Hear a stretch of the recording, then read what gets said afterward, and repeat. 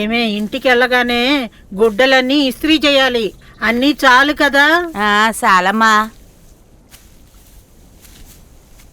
ఏ అమ్మాయి, నేను చూసేటప్పుడు అంతా అన్ని పనులు నువ్వే చేస్తున్నావేంటి?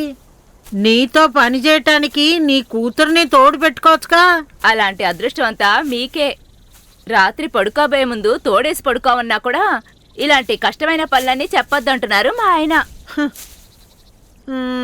బాగుందిలే. తనతో నేను ఏమీ పని చేయించుకోకూడదట. తన చదువు చెడిపోతుందంటున్నారు. అది చదివి ఏం చేయబోతుంది? ఇటు చూడమ్మాయి, ఆడపిల్లల్ని ఎక్కువ చదివించుకో, గారాబంగా పెంచకూడదు. అవి మాత్రమేగా మా ఇంట్లో జరుగుతుంది. అక్క, తన్ని బాగా చదివించు, చదువుకొని గొప్పదవుతుంది. పెద్ద చెప్పొచ్చింది. ఏమే 3 పూట్లు బాగా తింటున్నావుగా, ఆ గర్వం నీకు.